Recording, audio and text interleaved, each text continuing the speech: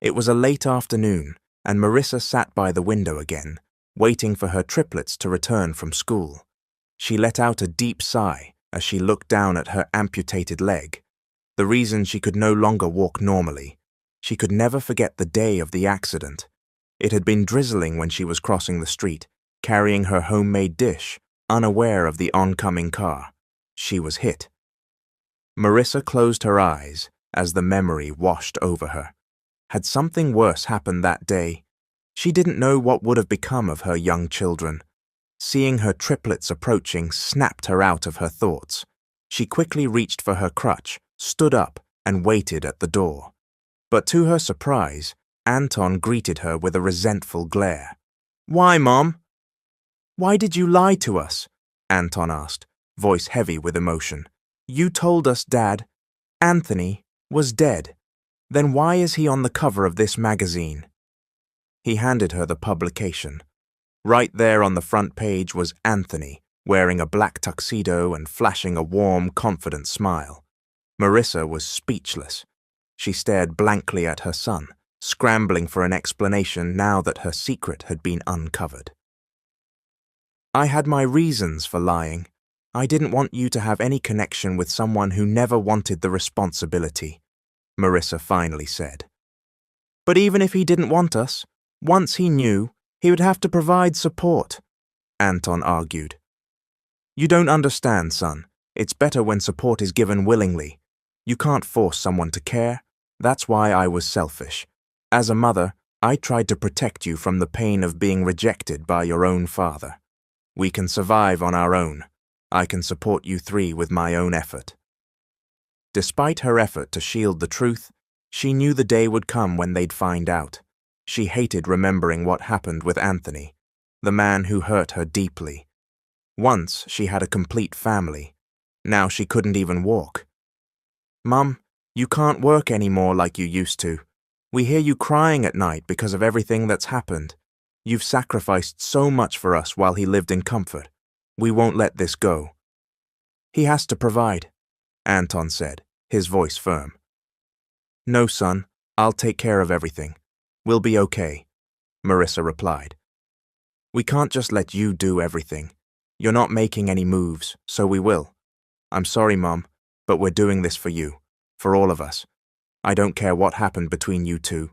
What matters is that he knows his responsibility, so you won't have to suffer anymore," Anton said, making Marissa tear up. "Let him be, Mum," said Sean, stepping in. "Anton just wants to help you. You shouldn't have to break your back just to raise us, especially when we have a dad who can support us. You both brought us into this world. Both of you should share the responsibility," added Marlowe. "Anton's right. We're here to support you, Mom. This can't be your life forever. We're sad watching you neglect yourself just for us. You're still young. You should be enjoying life, go out with friends, have fun. So now we're going to make sure he doesn't walk away from his obligations," Sean declared with resolve. Marissa had thought only Anton was determined, but now his brothers were joining the plan too. She had tried so hard to avoid facing Anthony again, but the sight of her children, determined and mature, moved her. "If that's what you've decided, then go ahead," Marissa said, retreating to her room.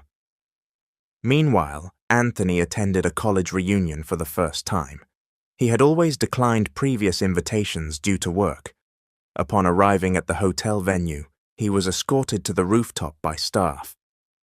"Glad you finally made it, man. Not too busy anymore?" his friend Robert greeted, shaking his hand.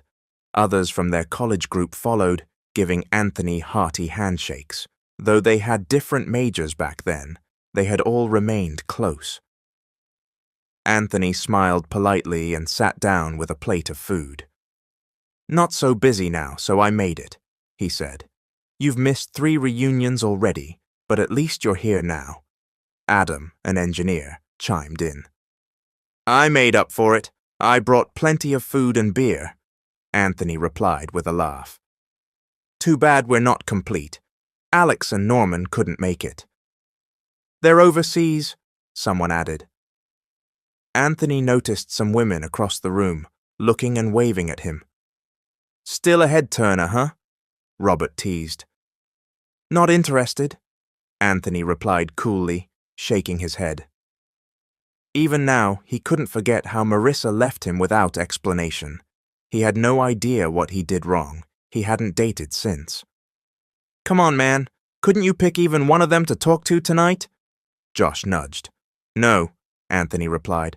We're all busy, but I know you've been keeping tabs on my life. You've been single for 12 years? Adam asked, stunned. Yeah, Anthony admitted. Work kept me busy enough to not notice time passing. Did something happen in your last relationship? Is that why you stopped dating? Robert asked. Sort of. My girlfriend left me. Out of nowhere. I never knew why. I guess that's why I haven't moved on. Maybe you never forgave her. That's why you're stuck, Adam said. What if you met her again someday? I don't know what I'd do. Then forgive her, Robert added. There must have been a reason. Free yourself from the pain. Love's a good thing.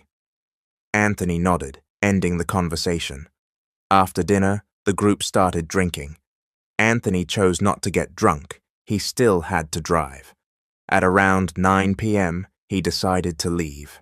As he reached his car, he was surprised to find a woman leaning against the hood, smiling sweetly.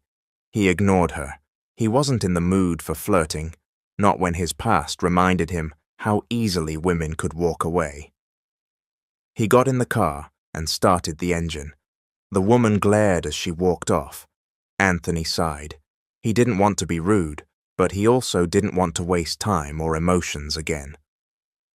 As he drove, he opened the window to enjoy the cold night breeze. Halfway through his drive, he furrowed his brow. 3 teenage boys were blocking the road, each holding a baseball bat. What startled him even more was how much they looked alike, triplets, and something about their faces struck him. They resembled him. He stopped the car and opened the door. Step out if you don't want us to smash your fancy car, Anton warned. Anthony swallowed hard. When their eyes met, he saw anger in the boy's stare, enough to make him change his mind quickly and step out. He didn't want his face smashed either. The triplets looked like street punks, but good-looking ones, he noted.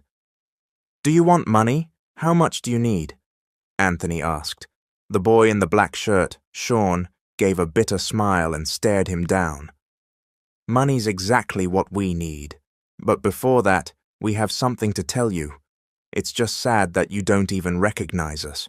But then again, why would you? You didn't even know, said Sean.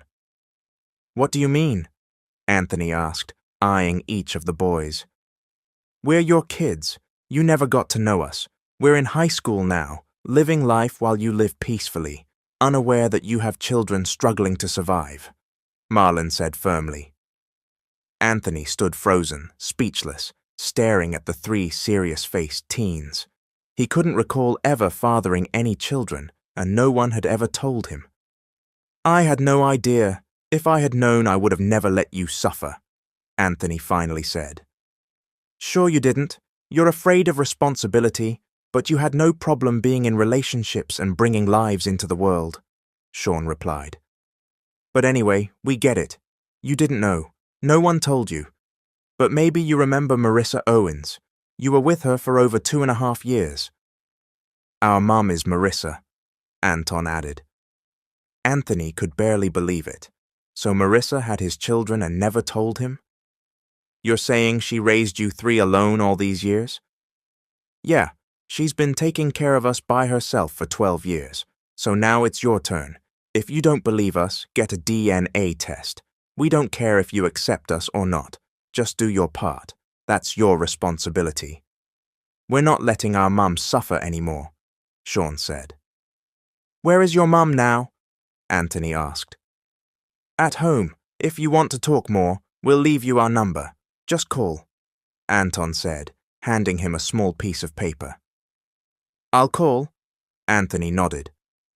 We're sorry if our approach was too harsh, Marlon added, hugging him tightly.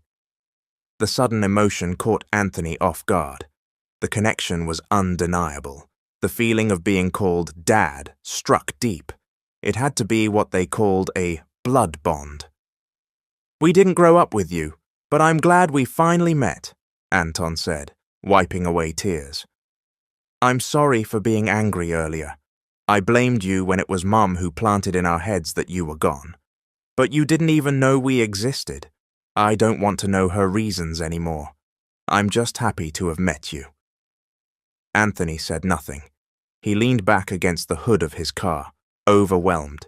He watched the triplets as they walked away. He didn't know what Marissa had against him to go as far as declaring him dead. Alone in the middle of the street, tears welled up in his eyes as his heart ached. Back at home, Marissa was growing more anxious. It was already 10 at night, and the boys still hadn't come home. They'd only said they were going to buy something, but they'd been gone too long. Negative thoughts clouded her mind. Maybe they'd started rebelling against her because of her lie. Finally, she heard the sound of 3 boys laughing outside. The door opened and they stepped in. Each of them greeted her respectfully and hugged her tightly. "Where were you?" she asked. "At a classmate's house, helping with something," they said. Her nerves settled. She led them to the kitchen to prepare dinner. She wanted to ask them about their plan regarding Anthony, but she decided to stay quiet. A month passed. Anthony had finally decided to visit his children.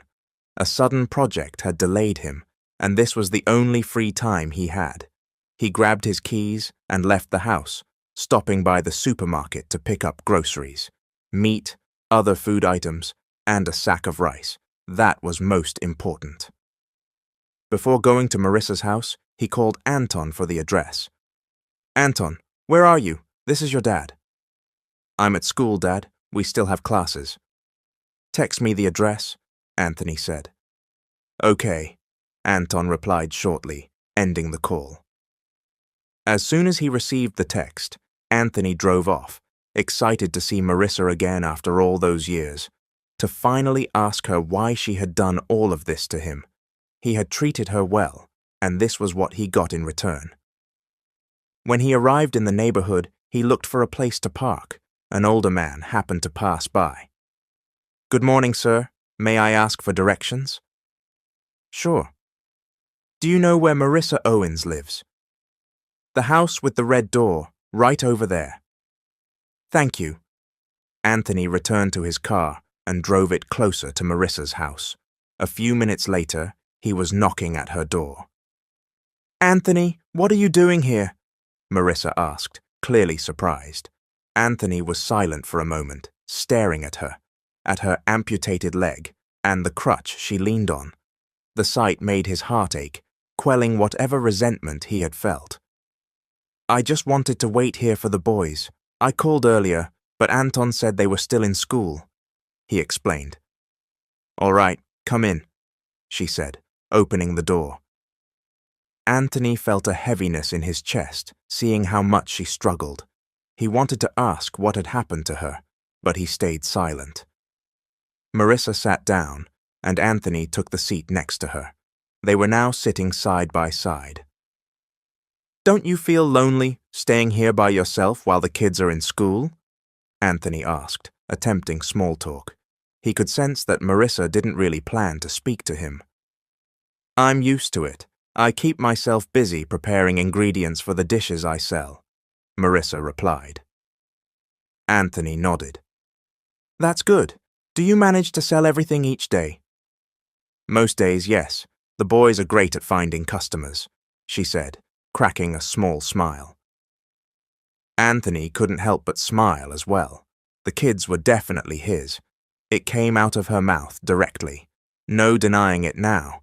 And even after all these years, she looked the same.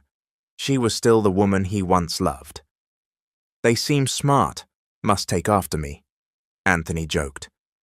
"I wasn't exactly a genius in school," Marissa replied with a chuckle. Anthony grinned.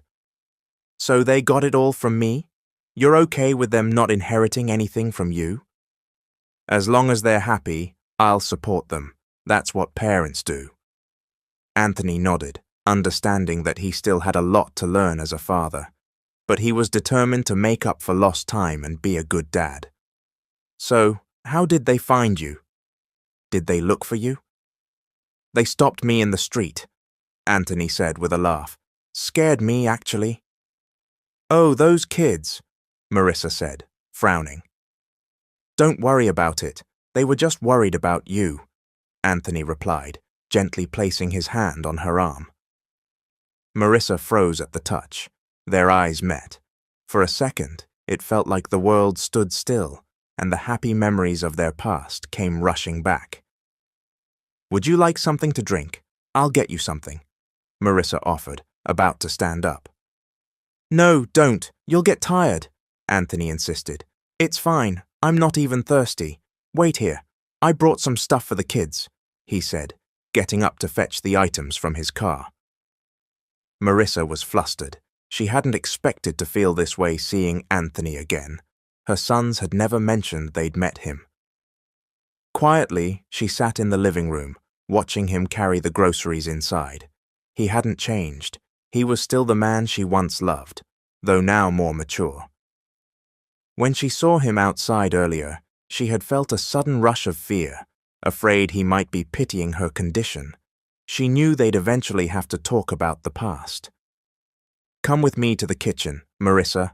I'll cook dinner, Anthony offered with a smile after unloading the groceries. No, that's too much. I'm embarrassed, Marissa said. Come on, let me make it up to you all, even in small ways.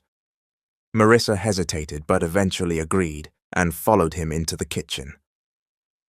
Later that afternoon, the triplets came running into the house.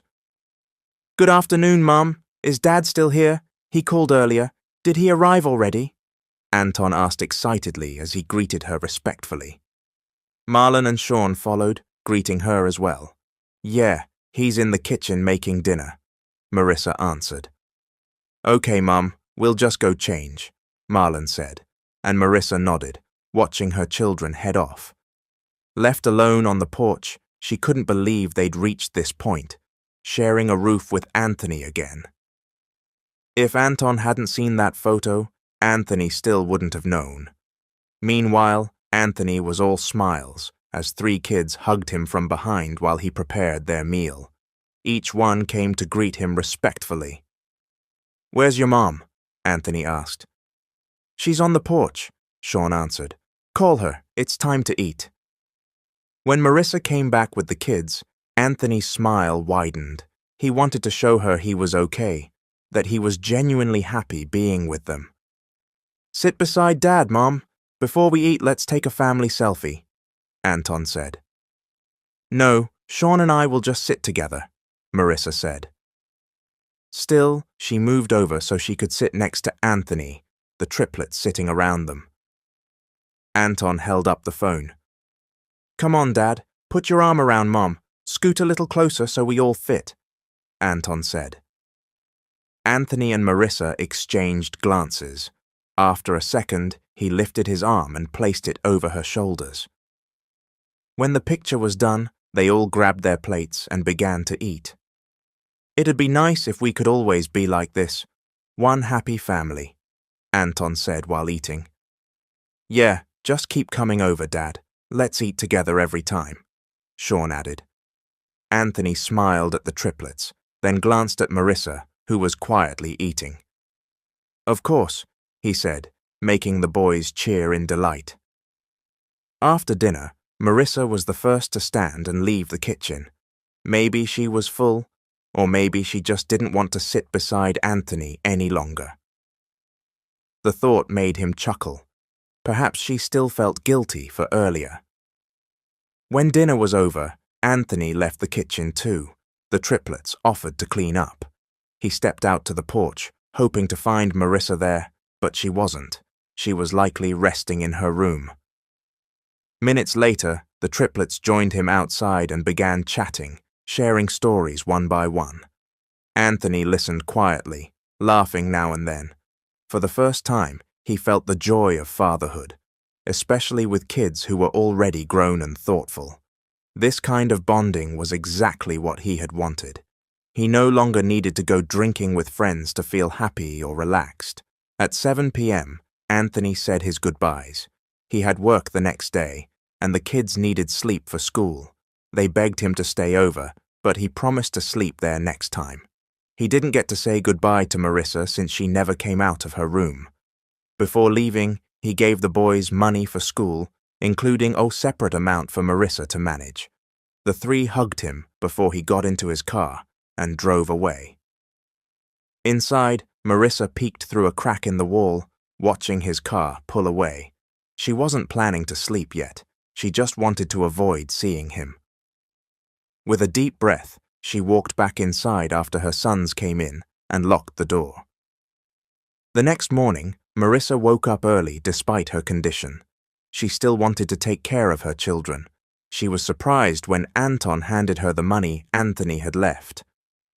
"Dad gave us our allowance," he said. Marissa hesitated, but took it so her kids wouldn't say anything more. After cooking, she prepared breakfast and helped them get ready for school. The triplets were in high school now. No more being late. She offered them extra money, but they declined. "Dad already gave us some," they said. After breakfast, they washed their dishes. That afternoon, Anthony thought about visiting the kids at school. But first, he planned to stop by Marissa's house to ask for directions. When he arrived at the school, the triplets were surprised. "Dad, what are you doing here?" Marlon asked. "Pickup duty, of course," Anthony replied with a smile. "You know, Dad, other than Mom, you're the only one we find amazing," Sean said, supported by his brothers. Anthony saw just how much the boys loved their mom. He loved her too, but now he was confused about what to feel. "By the way, what happened to your mom's leg?" he asked. "She was crossing the street and got hit by a car. We were little. She did it to protect us," Anton replied. "So that's why she seems cold. I feel like she doesn't want to talk to me," Anthony said, sighing. "She's not like that, Dad. She's probably just shy. I mean, she kept us a secret from you for so long. She feels super guilty," Marlon said with a grin. "Come on, you guys know too much," Anthony joked, inviting them to the car. The four of them walked side by side, arms around each other, and got in. The triplets were thrilled, like it was their first time in a car. Anthony decided to take them to the mall before heading home. He wanted to bring Marissa too, but he knew she wouldn't want to go. She hated being forced into things. "You'll visit again soon, right, Dad?" Sean asked. "Of course, but for now, we're heading to the mall." "Cool, we want to get some fresh air. School was exhausting," Marlon said. "You're just getting started. Wait till you're in college. It's way tougher, but keep working hard. I'll support whatever course you choose." "Thanks, Dad. That's great to hear. I want to be a soldier," Marlon announced. "Really? That's dangerous. You okay with that?" "Yes, Dad. It's just a matter of time. If it's my time to go, I'll die a hero." "I respect that," Anthony replied. "How about you, Anton? What do you want to be?" "I don't know yet, Dad. Sometimes dreams don't come true. People get married young or lose direction. Life's short, so I'm just chilling for now," Anton answered. Anthony laughed. "Hey, dreaming is free, right?" Sean added. "Exactly." "Dream away, bro." Anthony smiled at their conversation. "We're here," he said, pulling into a parking space. The kids were excited as they got out of the car and entered the mall.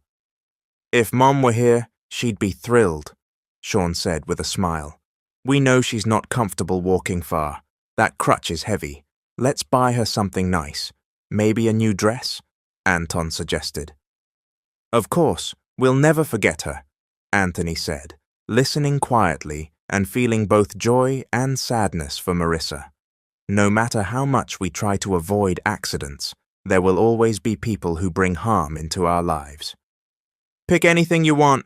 I'll pay. Want new phones so we can stay in touch?" Anthony offered. "No thanks, Dad. We'd feel bad spending your money like that." Marlon said. Anthony smiled. The boys had been raised well. I have a job. Don't worry about money. Really? What do you do, Dad? I'm an architect. You never listen, Marlon. Mum told us already, Anton teased. So you talked about me? Anthony asked, curious. She said you're kind, generous, and loving, Sean replied. Really? Well, your mom was right, Anthony said, grinning. She also said your good looks haven't changed, Anton added. I've always been handsome, Anthony joked, making them laugh. You're getting too confident, Dad, Sean said, high-fiving him. They all laughed together, and if the kids were giddy, Anthony was even more so. Soon after, they headed to the gadget store to look at phones. Anthony was happy just seeing his children smile, even if it was over simple things. Inside the gadget store, the triplets looked around wide-eyed, trying out display phones. Pick whichever model you like, Anthony told them. It'll make it easier for us to stay in touch. They glanced at each other. A basic one is fine, Dad. Just something for calls and texts, Anton said. Anthony nodded and paid for 3 mid-range smartphones, complete with protective cases.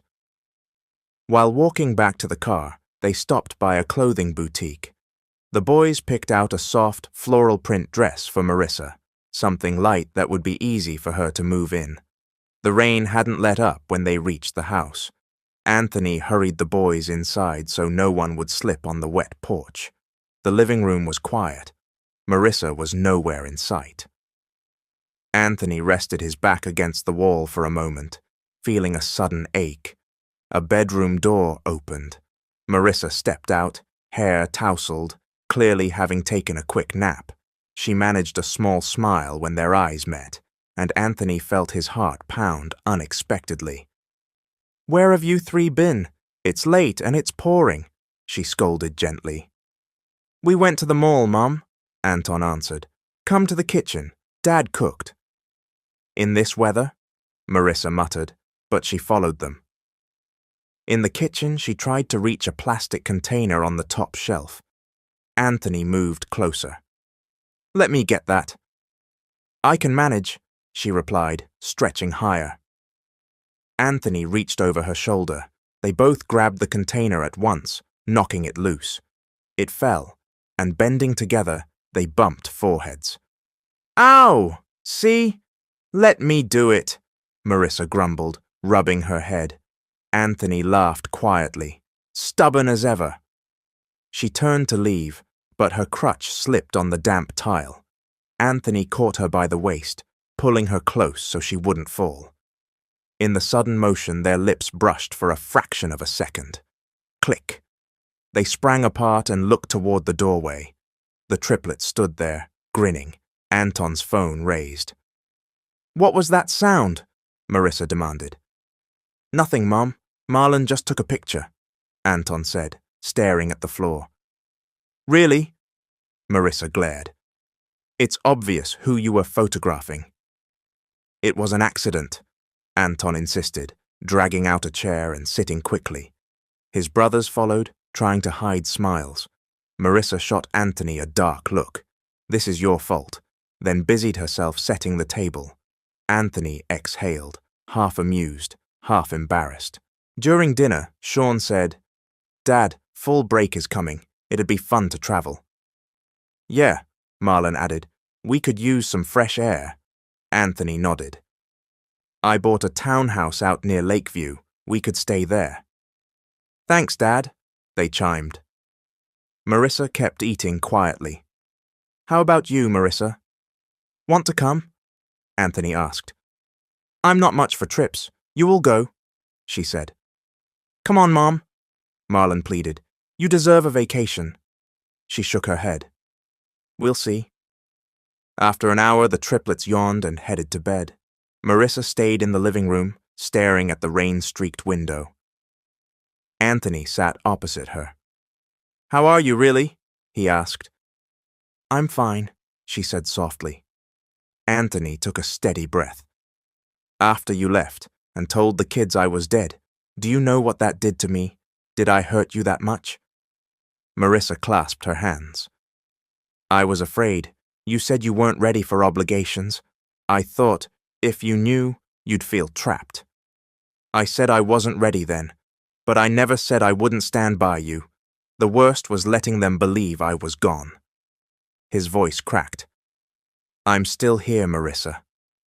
"I'm sorry," she whispered, tears welling. Anthony moved to her side, wrapping his arms around her as she began to cry. "Enough. It's over. I'm grateful you raised them so well, even after everything," he murmured, kissing the top of her head. Marissa's arms tightened around his waist. For a long moment neither spoke. Finally, Anthony stood. "It's late, and the roads are slick. I should get home." Marissa hesitated, then nodded and disappeared into her room. Anthony left quietly, the boys already asleep. Outside, the rain had eased to a mist. He drove off into the night. Unaware that Marissa was watching through a narrow crack in the wall, she peeked through the crack in the wall to see if Anthony had left. When she saw his car still parked, she stepped out of the room quietly. Perhaps he heard her, because the car door opened. She called his name, and Anthony got out. She held in her hand a shirt she had bought for him long ago, which she had hidden all this time. Back then, it was way too big for her, but now it might finally fit Anthony. "Where are you going, Marissa?" he asked. "I'm going to sleep beside the boys. You'll sleep in my room tonight. It's safer," she replied. Anthony agreed. She let him stay there so he could sleep more comfortably. "Stay and talk to me a little. I'm not sleepy yet," Anthony said. "All right," she replied, sitting on the edge of the bed. Anthony sat beside her. "You can lie down and relax," he said. Marissa slowly lay down. As she did, Anthony gently helped her. Her heart pounded. She wasn't sure why she still felt this nervous, but lying next to him felt overwhelming. "So how's life been, Anthony?" she asked, wanting to break the silence. "It's been okay. Pretty happy, I guess," he said. "I've heard you're still not married. Why is that?" she asked. "I don't know either, Marissa. Maybe it's because I never got over what happened between us. But now that things are okay between us, maybe I'll finally be ready to love again," he answered. "That's good. At least I won't feel guilty that you didn't marry because of me," Marissa said, smiling bitterly. "You don't need to feel guilty. Everything's fine now." They kept talking. Before they knew it, an hour had passed. Marissa didn't even realize she had fallen asleep. The next morning, she woke up lying against Anthony's arm, his hand resting gently on her. She got up slowly, careful not to make any noise. She reached for her crutch under the bed and stood, quietly watching him sleep. She didn't understand why she let herself fall for him again when she thought she'd buried those feelings long ago. Before leaving the room, she bent down and gave Anthony a soft kiss on the cheek. 3 months later, many things had changed. The vacation to the countryside had pushed through, and Marissa had been convinced to come along. A lot had shifted between her and Anthony. He courted her again, and this time, she didn't hesitate to say yes. The truth was, she never stopped loving him, and she could feel that Anthony's feelings were real, so she never doubted him. She didn't care where their relationship would lead, as long as they were happy together. She was outside sweeping dry leaves into a pile. She planned to use them later and didn't notice Anthony approaching from behind. Suddenly, she felt something cold placed around her neck. "What are you doing outside?" Anthony asked. "Where are the kids?" "I'm just sweeping. The kids are inside cooking lunch," Marissa replied. She smiled when Anthony hugged her from behind. She hadn't felt that kind of affection in years, from the man she loved most. When she looked down, she saw the beautiful pendant necklace Anthony had just put on her. "Let's go inside," he said, taking her hand. "Why are you giving me this?" Marissa asked. I just want to give you something nice once in a while, even if you're not into material things, Anthony replied. Thanks. Is this real? She teased. Of course, and don't even think of pawning it, he said, and they both laughed. They hugged for a few more minutes before Anthony added, Enough sweetness, let's eat now. Excuse me, we're not being sweet, Marissa said, pouting. Says you, Anton chimed in, laughing. Come on, Mom, Dad, let's eat. Anthony let go of her and helped her inside. Marissa felt shy seeing her son catch them like that.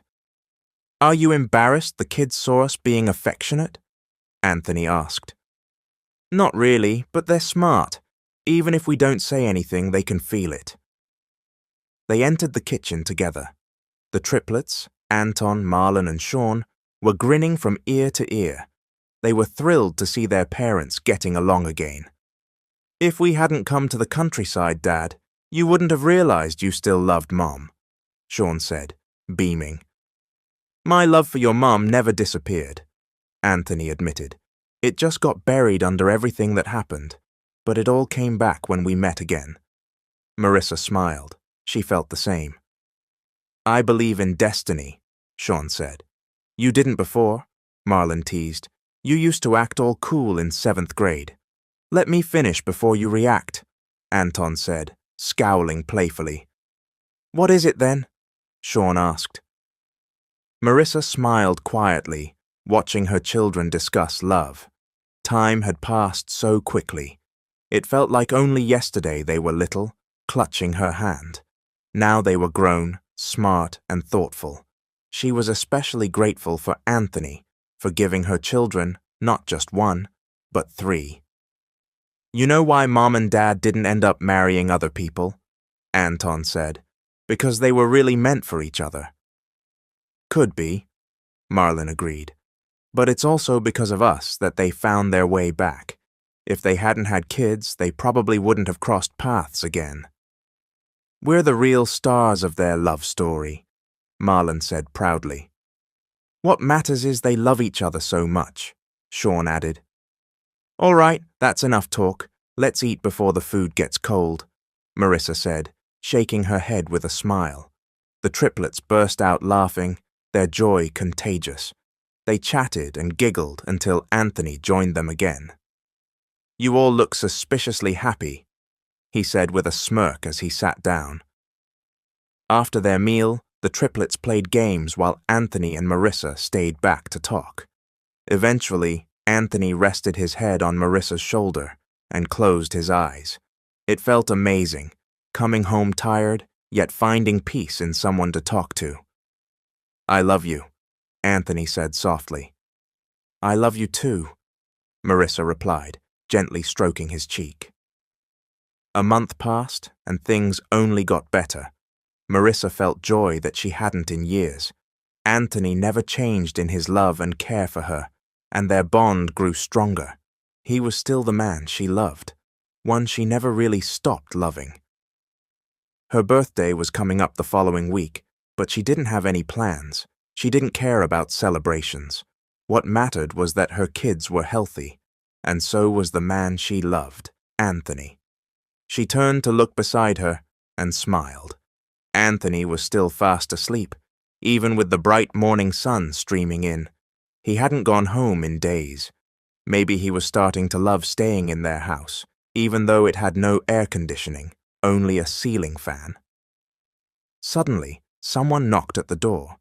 Marissa gently touched Anthony's face before getting up. She reached for her crutch and walked to the door. The triplets had witnessed their sweetness earlier. Now they teased her, watching her blush while Anthony slept.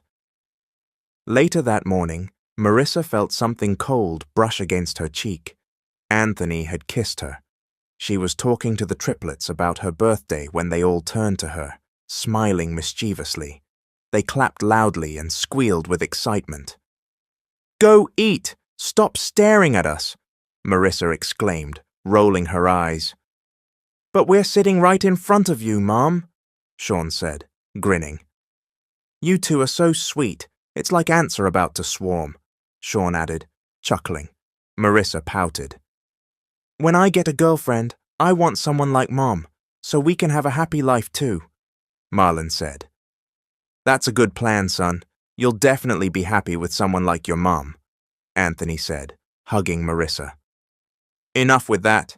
You all need to study hard first before thinking about girlfriends, Marissa said, making the boys laugh again. It was 8 a.m., and Marissa was still asleep. The triplets didn't wake her. They knew she had been exhausted from all the laundry she did the day before. Anthony had tried to stop her from working, but she insisted. Today, only the two of them were left at home. The triplets had gone out early to pick up Adam on their way to the restaurant. Anthony smiled as he busied himself, bathing the puppy that looked like Marissa. Even with all the noise, Marissa didn't wake up. A little while later, she stirred. Anthony thought she opened her eyes, but she just shifted positions. He shook his head with a smile and got out of bed. After showering and changing, he prepared Marissa's clothes, the outfit he bought for her that morning. He was that excited. After a few minutes, he returned to the room and saw her awake, brushing her hair. You going somewhere? Business meeting? Marissa asked. Number. Did you forget it's your birthday today? We're going to celebrate, Anthony said sweetly. No need for that. It'll just add to our expenses. We should save, Marissa replied, smiling. No complaints. The kids already planned something, Anthony said, laughing. Wow, I must have overslept, Marissa muttered with a frown. Go on, take a shower, he said, handing her the dress. After her bath, Marissa called out to him. Anthony entered the room and saw her standing there in her undergarments, her back turned. Are you okay? He asked. The zipper's stuck. Help me pull it up. Just close your eyes so you don't see anything, she said. How am I supposed to help you with my eyes shut? Anthony teased. I've seen and touched all that before, he added, laughing. Ugh, stop that. You're being pervy, Marissa said, flustered. I'm not. I just love you, Anthony replied. Hurry up, I'm freezing, she said. He unhooked the stuck zipper from her hair and helped her into the dress. A few minutes later, they were in the car, heading to a surprise destination. Before they left, Anthony blindfolded her. She didn't ask why. Soon they arrived. Anthony stepped out first and helped her down. They stood in front of a restaurant. He removed her blindfold. Surprise! Happy birthday! Anthony said cheerfully. Marissa gasped. Above the door was a sign bearing her name. She turned to him, eyes wide. What is this? Why are we here? She asked in disbelief. This restaurant is yours. This whole building is my gift to you. Now you have your own place. The kids won't have to sell food around town anymore. I know you can run this place. You're passionate about cooking. You'll grow this business. I believe in you, Anthony said with a smile. This wasn't necessary, but thank you, Marissa said tearfully, pulling him into a tight hug. I love you. I'll do anything that makes you happy. Let's go inside, Anthony replied. Once inside, the restaurant was already filled with food on the tables. The triplets waved excitedly when they saw them come in. Anthony's expression soured slightly as Marissa's friends approached her one by one to greet her. They smiled widely and even gave him a thumbs up. Anthony smiled politely and reached into his pocket to check the ring he had brought. Josh handed him a bouquet, which he then gave to Marissa. Suddenly, confetti burst through the air, drawing Marissa's attention. Anthony seized the moment. He dropped to one knee and pulled out the ring box. Everyone gasped. Marissa looked around, confused that he had disappeared from her side. She looked down and saw him kneeling in front of her. Marissa, Anthony began, I've waited so long for this chance. Fate pulled us apart once. We tried to love others, but it never worked. No one else ever replaced what we had in each other. Marissa gasped, covering her mouth. Her eyes filled with tears. She looked stunned, but her expression soon softened. Anthony grew anxious when she didn't respond right away. "Yes, of course, yes," Marissa finally said, crying as she nodded. Anthony stood and embraced her tightly, overwhelmed with joy. "Thank you. You won't regret saying yes. I'll make you and our kids happy, and the children we might still have. I'll be there for all of you," he promised. "This is too much. You've already done so much for me and our kids. I don't think I deserve it, but I appreciate everything you've done," Marissa replied. "For you, I'll do anything, because I love you, Marissa," Anthony said. "I love you too, Anthony," she answered. Then Anthony kissed her on the lips. Cheers erupted from the guests. The triplets jumped up and down with excitement. After the engagement, everyone enjoyed the meal and celebrated together. 3 months later, Anthony and Marissa were married in a church ceremony. Marissa had also received a prosthetic leg with Anthony's help, and she couldn't have been happier. She once believed she'd never experience any of this. Not love again, not her dream of having her own restaurant. But she reached her goals, and not just because of her husband and children, but because of the grace of God. She believed God used the good people around her as instruments to help her overcome her struggles and reach her dreams. She would never forget to be grateful every single day. Marissa couldn't believe she had finally reached a place where love, family, and purpose came together. Fate and divine timing had reunited two hearts that once drifted apart, giving them another chance to find joy with each other. And now, Marissa intended to become an instrument of hope as well. With the success of her business, she used her own earnings to help others, especially those with disabilities like herself.